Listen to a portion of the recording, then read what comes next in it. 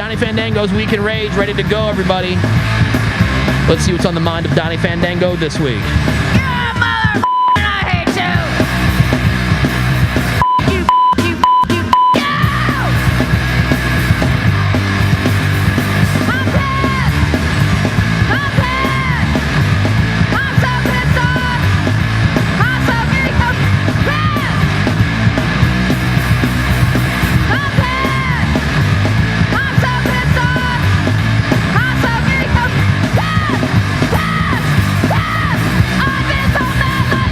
All right, so Donnie Fandango's Week in Rage. Donnie is one of these guys who just seems to hold everything in. He's like an emotional camel. That's what he is. He's an emotional grenade. Like, something happens and he just bottles it up and doesn't say anything. But, man, he internalizes it. Like, if somebody's an a-hole to Donnie will sit there and go, man, what did I do to this guy? Even if he didn't do anything wrong.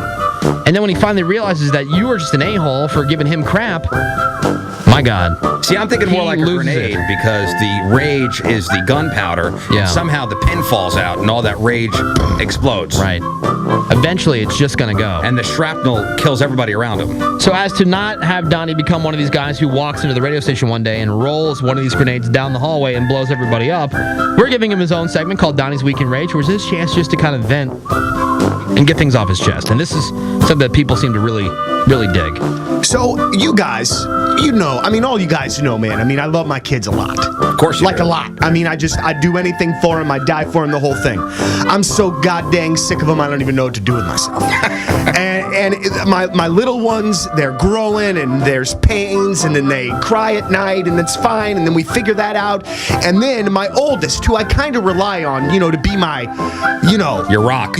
my rock. Ben the other night, I bring him home from baseball practice. It's Tuesday night. It's the night that it rained a ton, and I say to him 3 times before we get out of the car, Benjamin, please make sure that you roll up your window before you get out of the car. Benjamin, please make sure you roll up the window before you get out of the car, because I got to get the 2 little kids out of the car. Ben will take care of that for me. I get up on Wednesday morning. I'm in the shower. Mary comes in the shower. Hun, did you know that you left the back passenger window open all night and there is like an inch of water on the floorboard of your car? Oh, no. So, of course, Benjamin is looking like I'm going to go absolutely nuts, and I can't. It was an accident. But it still drives me crazy, these kids of mine. I love them so much, but they are absolutely going to kill me before I'm 50. I'm pretty sure of this. Is that the most destruction that's been done by your kids? That is probably They the haven't most set the destruction house on fire or anything like by that. Benjamin, yes. Now, Okay. Ava has had the poo incident a time or two. Right. But yes, that is, and Ben is a really good kid, and that's why I didn't like, Yeah. I just was like, Was he scared, though, that you would kill him? He was, you could see the fear in his eyes. But I didn't, man, everybody makes a mistake. But the next time that there's a listening difficulty with Mr. Mueller, there will be hell to pay. All right. Speaking of the family, do you guys have something with like your wives where it's a subject that you have talked about that kind of bothers you, and you've talked about it more than once, so they know that it's something that bothers you? Yes, absolutely. Mary and I have had this conversation about her calling me like 57 times during the course of a 24-hour day. Right. And we've had the conversation a few times. And last night, around 10 o'clock, kids are in bed. I got the dishes done. The place is clean. I'm sitting down. I'm watching baseball tonight. Phone rings. It's Mary with nothing to say. Nothing. She's just calling to call. And she can tell that I'm eating some pizza rolls and drinking a soda.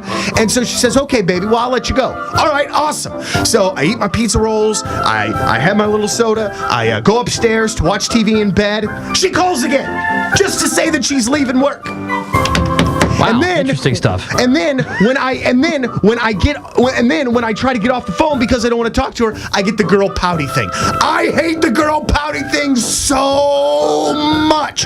If I could get her to not call me 14 times in a day and get rid of the pouty thing, I might have the perfect woman. She's so awesome. But is my girl the only one that does this? She is on the phone with me a lot, they all do seemingly that. saying the exact same thing or nothing. Hey, just checking up. Yeah, hey, what's going on, babe? We talked about Ava's, Nothing, just hanging out, feeding the baby. that's Really? And All right, what else is going on? Nothing. Nothing. How's work today? Why'd you call? It's fine. What do you need something right now? No, I'm just calling to see what's going on. Okay, great. Wait, are you mad at me? Like, why are you rushing me off the phone? Because I'm working. And I hate being on the phone too, man. Like, I'm just not a phone person, you know? So that one, man, I swear, when she calls sometimes, it makes me want to lose my mind. And when I go back upstairs after this segment, I'm sure she's listening, so there'll be some kind of tisk thing. Now, the last thing that I'm bringing up has to Have a do good with weekend, music. Donnie, with your lady. Oh, yeah. But I've talked about her with this before, so she would be mad at me anyway. No big deal. But there's one thing that it's sort of not about the station, not necessarily about the station, but about our format that really kind of drives me nuts. And I'm very interested to know what you guys think about what I'm about to say. I really, really hate that we feel like we have to play new music from already established artists, even when it stinks. And I'm going to use two examples, and I'm very much open for disagreement here.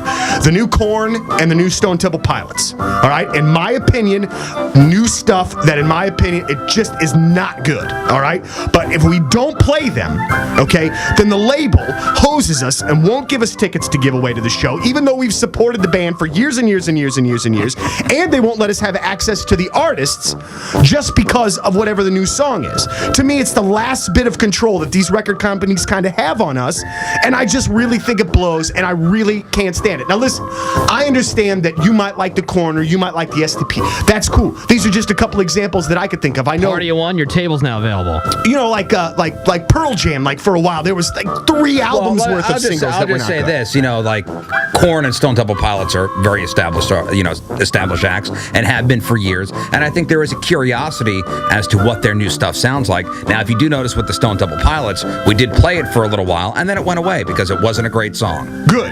But I agree that there is a certain amount of curiosity But that something like exists. Korn, I mean, that song is out 2 weeks now. Right. There is definitely curiosity as to what this new Korn sounds like. But So you got to play it for a couple weeks. I understand, but then we'll see all of these songs like ran up the modern rock chart to all of a sudden they're like number 1 or number 2, and then if we're not playing them a million times, then the bands and the artists are mad at us when we have supported these bands we've supported Korn for freaking 15 years. You know what I mean? If we just don't play one song, I think that it's a drag. But that's just one of the things. Yeah, but the past couple Korn singles we haven't played, actually. But Do you work? He must have got a free dinner or something from the label. Listen to him. What an apologist. It sucks, and we shouldn't be playing it. It's the age of the internet. If people really want to hear it, they'll go and they'll listen to it. Yeah, but a We lot should of be in people the come business of here for playing- new music. No, they don't. Yes, they do. People who care about new music go on the internet and they buy it. They would come here because they I want to don't know hear if you songs could that they go like. on your internet while you're driving in your car. They want to hear, yeah, you download them on your internet and then you put them on your iPod. They come here because they just want to hear Not songs everybody they has like. an iPod. They want to hear songs they like. That's it. those are just little bitches that I have for the week. Yeah. Nothing big, nothing severe. You know, like people, like I get texts like sometimes, and I'll get them today during the show. I can't believe that you don't have anything better to bitch about. You know what I say to you? Kiss my ass. Thank you very much. Yeah, Donnie Fandango, everybody. Hey, Donnie. It's Donnie Fandango's Week in Rage every Friday here on the Woody and Rizzuto Show. Donnie, I hope you feel better, buddy. Of course, man.